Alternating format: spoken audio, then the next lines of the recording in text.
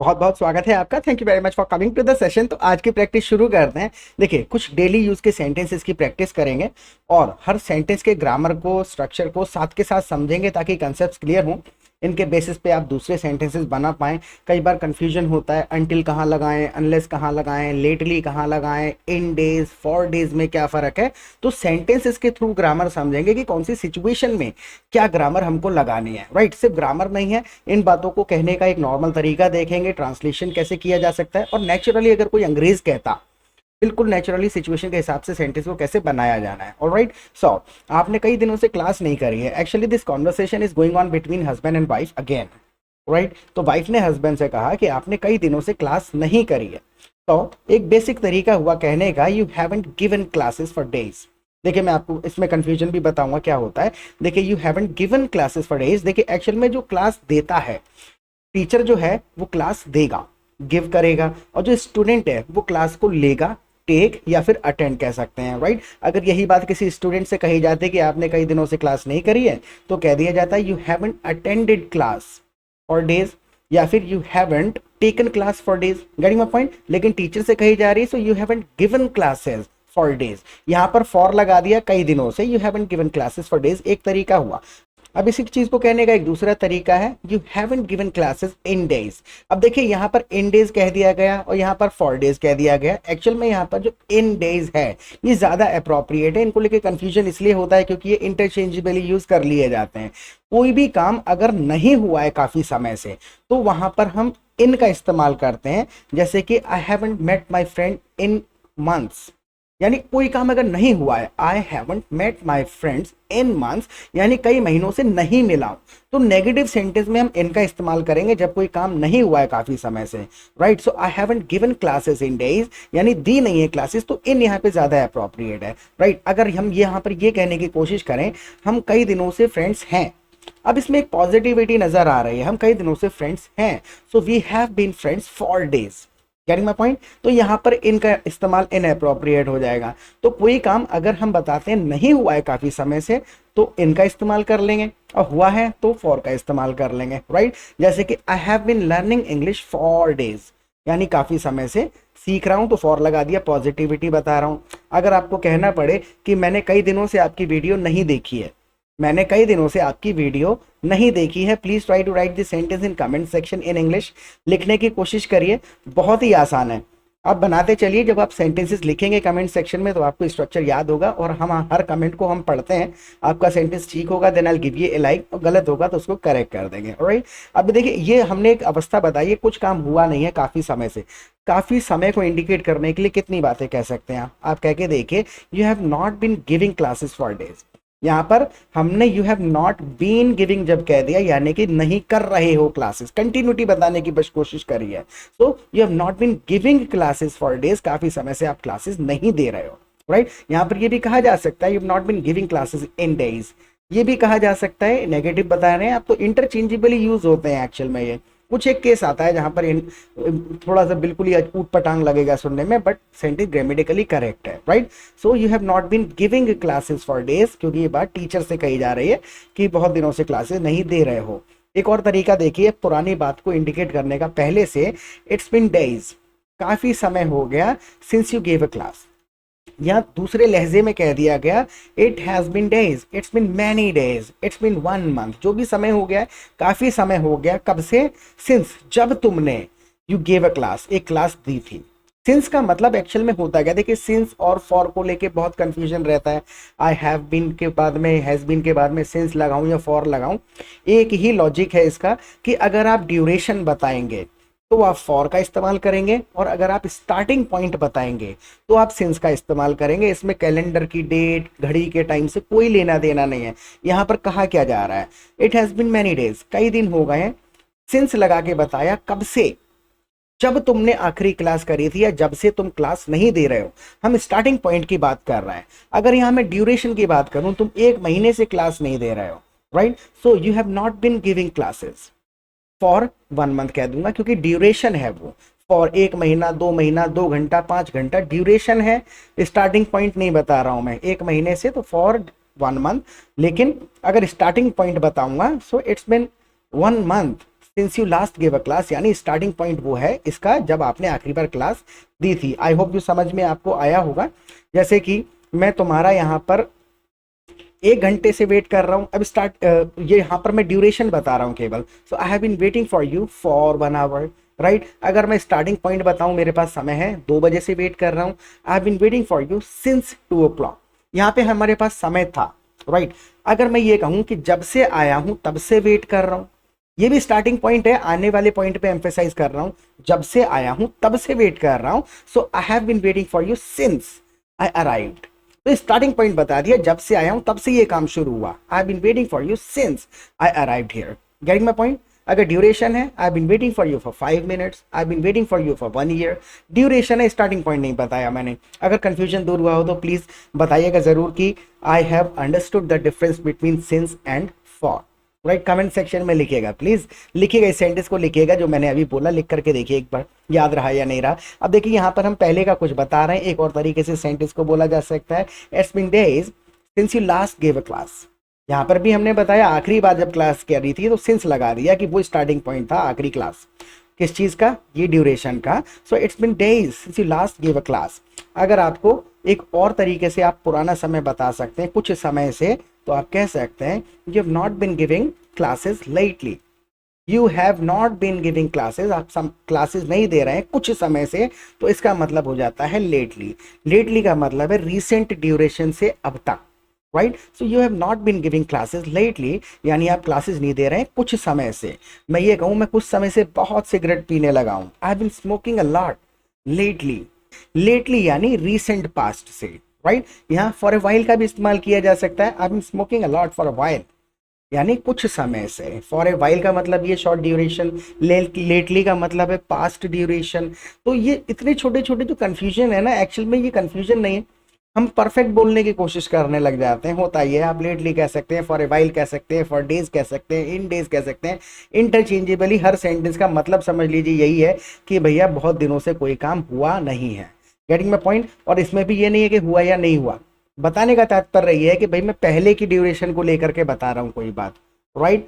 तो इन सेंटेंसेस को एक बार और रिपीट करिएगा, देखिए एक और तरीके से आप इसको कहने की कोशिश करिए। सॉरी, अगला सेंटेंस देख लीजिए, मैं कई दिनों से देख रही हूँ आप केयरलेस होते जा रहे हैं। अब देखिए जो ऊपर जो हमने स्ट्रक्चर सीखे हैं, अब इनके बेसिस पे एक दो सेंटेंसेस बनाएंगे, आप खुद से आइडेंटिफाई करिए कौन सा वाला वर्ड अच्छे तरीके से मैसेज को कन्वे करेगा। मैं कई दिनों से देख रही हूँ आप केयरलेस होते जा रहे हैं, अब कई दिनों से, मैं पहले से देख रही हूँ कई दिनों से आप केयरलेस होते जा रहे हैं। सी, एक और इसमें नई चीज भी सीखेंगे। So I have been noticing, पहले से नोटिस कर रही हूँ तो I have been noticing you have been getting careless lately, यानी कई दिनों से। गेटिंग माय पॉइंट, पहले से अब तक है, कुछ रीसेंट पास्ट से शुरू हुआ, रीसेंट पास्ट में शुरू हुई है ये बात, ये काम। So I have been noticing you have been getting careless lately. Lately इस कंडीशन में इस्तेमाल हो जाएगा। अब देखिए एक इसमें आपने नोटिस किया होगा, हमने 2 बार एक ही सेंटेंस में हैव बीन इस्तेमाल कर लिया है, ग्रामेटिकली करेक्ट है, ये इस्तेमाल किया जा सकता है। So I have been noticing you have been getting careless lately, आप बहुत कुछ रिसेंट पास से केयरलेस होते जा रहे हैं। अब यहाँ पे ए वाइल भी लगा सकते हैं, I have been noticing you have been getting careless for a while. For a while lately यहाँ पे ज्यादा अप्रोप्रिएट है, फॉर ए वाइल कह दीजिए, फॉर सम डेज कह दीजिए, फॉर सम टाइम कह दीजिए, सब चल जाएगा। कहने का क्या तात्पर्य है कि कंफ्यूज नहीं होना है ना। एक इसी चीज को देखिए, पहले इसको मैं करेक्ट करूँ, गलत लिख दिया है, आई हैव नोटिस्ड कह देंगे, इसको हम इस तरीके से कह देंगे आई हैव नोटिस्ड। इसमें हम 2 बार हैव बीन का इस्तेमाल नहीं कर रहे हैं, I have noticed you have been getting careless lately. ये एक थोड़ा और अच्छा तरीका हो गया, सेंटेंस में आपने 2 बार हैव बीन ना इस्तेमाल करके एक बार में कह दिया मैंने नोटिस करा आप बहुत दिनों से केयरलेस होते जा रहे हैं। लेकिन अगर आप दोनों चीजें कहना ही चाह रहे हैं कि मैं रोजाना नोटिस कर रही हूँ कंटिन्यूस बेसिस पे, तो आपको ये स्ट्रक्चर ही यूज करना पड़ेगा। It is still actually grammatically correct, ये करेक्ट है। So I been noticing you have been getting careless lately, आप बहुत समय से, कुछ समय से केयरलेस होते जा रहे हैं, राइट। जैसे कि जब तक मैं ना कहूँ आप काम नहीं करते, जब तक मैं ना कहूँ आप काम नहीं करते। देखिए इसमें अनटिल और अनलेस का कंफ्यूजन दूर कर लेंगे, दोनों इंटरचेंजेबली यूज हो सकते हैं कुछ केसेस में, लेकिन मीनिंग समझते हैं अनटिल क्या है और अनलेस क्या है। जब तक मैं ना कहूँ आप काम नहीं करते हैं, देखिए you don't work unless I से। देखिए अनलेस का मतलब होता है एक्शन, और अनटिल, टिल से ही आया है निकल के, अनटिल और टिल का मतलब होता है समय। समय का मतलब घड़ी वाला समय नहीं, समय मतलब समय सीमा, आप समझिए, सेंटेंस लिख के बताता हूं मैं आपको। You don't work until I से। देखिए, you don't work unless I से, अनलेस का मतलब वो जब तक एक्शन लिया जाए, यानी कि you don't work unless I से, जब तक मैं कहने का एक्शन लेती हूँ तब तक तुम इस काम को करते नहीं हो। Right, you don't work until I से, तो आपने समय बताया कि तब तक काम नहीं करते हो जब तक इस काम को करने का, कहने का काम शुरू करूं। तो अंटिल वर्ड जो है वो टाइम के लिए इस्तेमाल करा जा रहा है, और अनलेस जो वर्ड है वो एक्शन के लिए इस्तेमाल करा जा रहा है। अभी एक दो सेंटेंसेस में और यूज करते हैं, आपको क्लियर हो जाएगा। जैसे कि keep waiting until I ask you to leave, यानी कि जिस वक्त तक मैं तुमसे ना कहूं छोड़ने के लिए या जाने के लिए, तब तक वेट करते रहना। Keep waiting until I ask you to leave, समय की बात करी, जिस समय तक। राइट, हमें घड़ी का समय वगैरह कुछ नहीं बताता है, बताया इसमें, लेकिन इस तरीके से भी कहा जा सकता है, keep waiting unless I ask you to leave. Unless जब हमने कह दिया तो मैंने एक्शन की बात करी, जब तक मैं आपको कहने वाला एक्शन ना लूं तब तक यहां वेट करते रहना। Keep waiting unless I ask you to leave.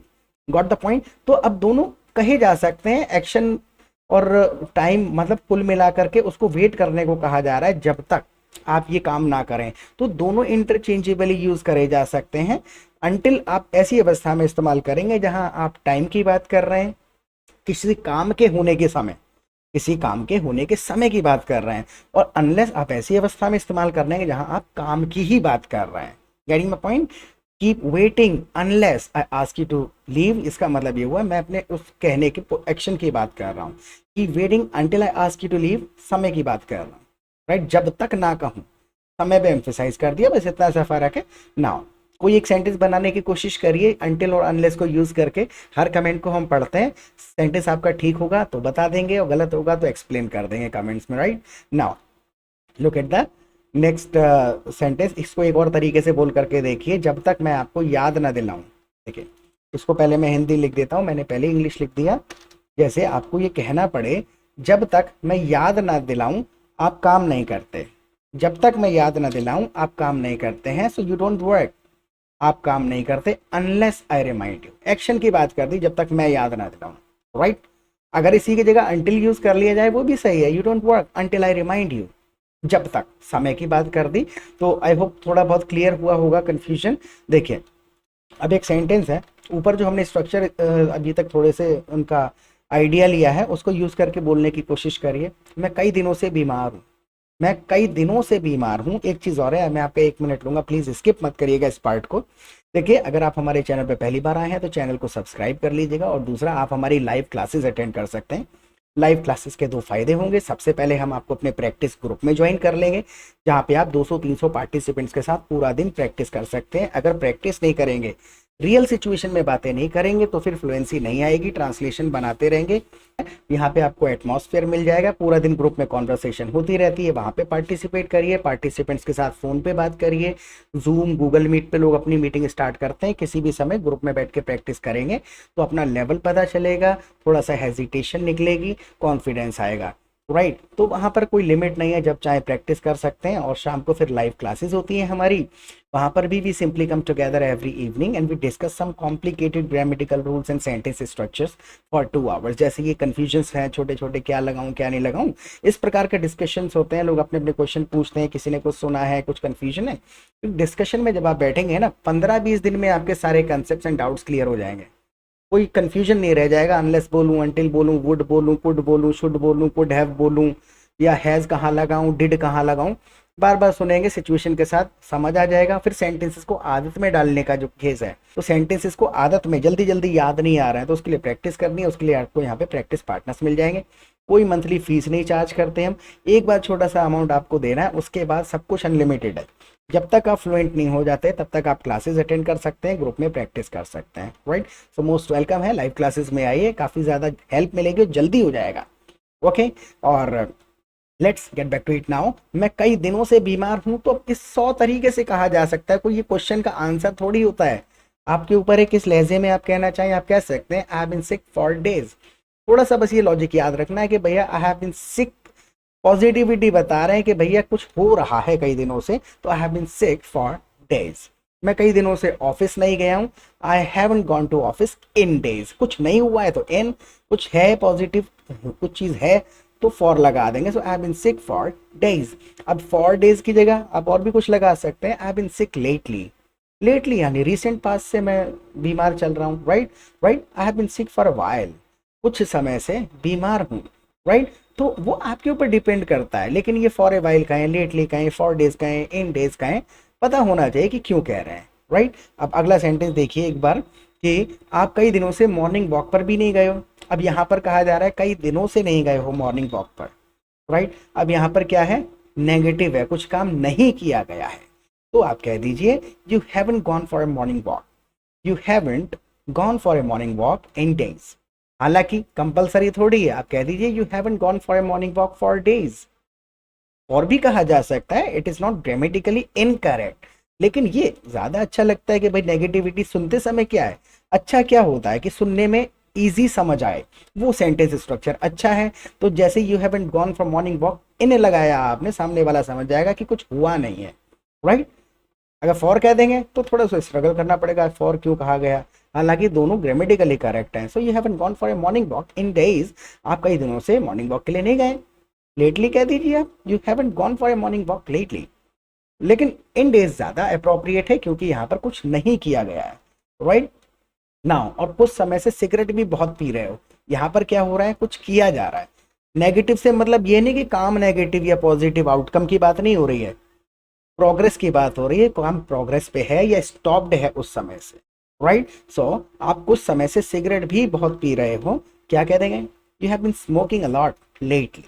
यहाँ पर बता दिया गया लेटली, लेटली की जगह फॉर डेज कह दीजिए आप, you have been smoking a lot for days. और क्यों लगा दिया हमने अचानक से, क्योंकि कुछ हो रहा है, रुका नहीं है, हो रहा है कुछ दिनों से।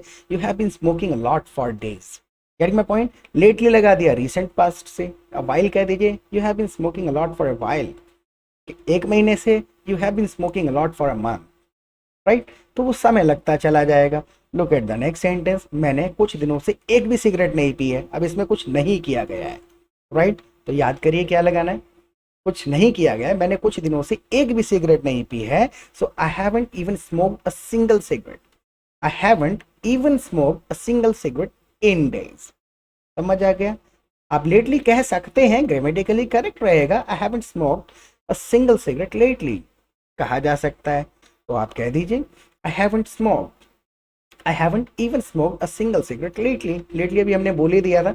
एक और तरीके से आप बता सकते हैं, लेटली जो है इसको आप एक और तरीके से कह सकते हैं, for past few days I haven't smoked a single cigarette in past few days. इन आ गया अचानक से, क्यों, क्योंकि कुछ नहीं किया गया है। So I haven't smoked a single cigarette in past few days. Past few days का बिल्कुल एग्जैक्ट मीनिंग है लेटली, राइट। लेटली यानी कुछ समय से, और इन पास्ट फ्यू डेज का मतलब भी है कुछ समय से। Look at the last sentence, हाँ जब से तुमने ब्लड टेस्ट कराया है, आपने एक भी सिगरेट नहीं पी है जब से आपने ब्लड टेस्ट कराया है, तब से। बोलने की कोशिश करिए, यस कहा हाँ, since you got a blood test done. कब से नहीं पी है, you haven't smoked a single cigarette, you haven't smoked a single cigarette since you got your blood test done, जब से आपने अपना ब्लड टेस्ट कराया है। तो इसके बारे में आप मुझे प्लीज कुछ सजेशन या फीडबैक दीजिएगा कमेंट सेक्शन में। प्रैक्टिस करते रहें, फिर मिलेंगे एक नए सेशन के साथ। Till then bye.